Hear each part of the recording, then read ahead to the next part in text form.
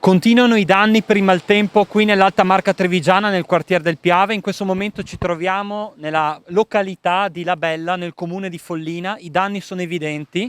Venite con noi proprio a vedere in questa abitazione quello che ha fatto il fango, quindi il corso d'acqua alle nostre spalle è arrivato all'interno dell'abitazione. Qui potete vedere anche il livello, diversi centimetri.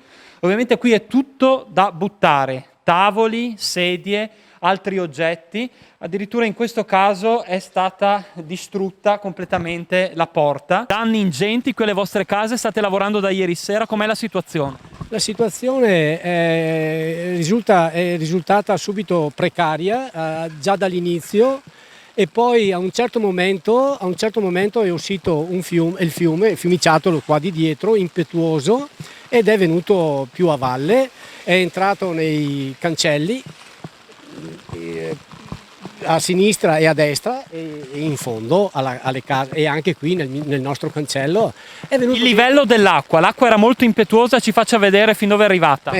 Dalla strada veniva giù un 40 centimetri così, e poi anche di più, tanto che passava sopra questo, vedete, questo muretto qua, passava sopra il muretto, ci sono anche le foglie che lo indicano, ed è venuta dentro e ha allagato la casa e attorno qua, ragazzi. L'acqua era così impetuosa che ha anche rovinato il cancello. Ci faccia vedere qua, ci mostrava prima la situazione. Vedete i motori? Qui il motore si è staccato dal muro, lo vedete? Là, e quello là via ancora di più. Qua si è staccato, ecco là così, e la via si è staccato di più, molto di più. Penso una tromba d'acqua e via tutto in fiumi. Quando si è accorto era tutto pieno ormai.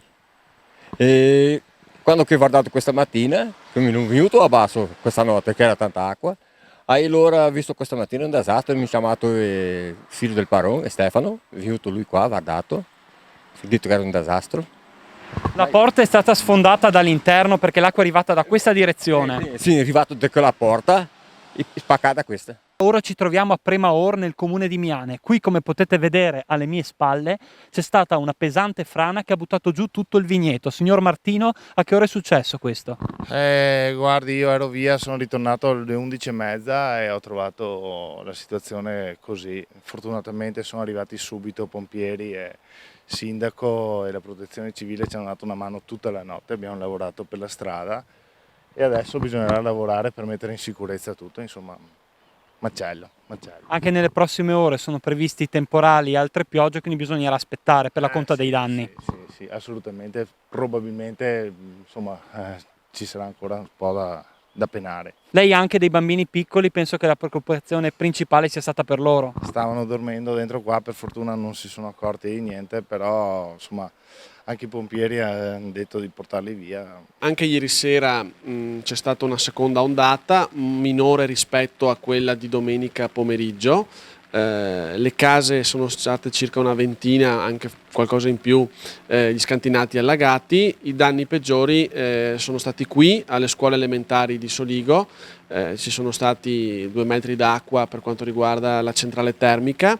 All'asilo un po' meno, però anche ieri sera siamo intervenuti subito lì con la protezione civile, che ringrazio, per aspirare l'acqua, e in un tratto di strada di via San Gallo, perché lì era completamente collassata le tubature sotterranee a causa della quantità enorme di ghiaia che è scesa dalla collina. Ecco il livello dell'acqua fin dove è arrivato, e quindi gli scantinati sono stati completamente allagati. Vediamo anche là sopra, non riesco a passare con le mani, comunque i danni sono notevoli. Si parlava di circa 100.000 euro di danni al patrimonio pubblico del suo comune.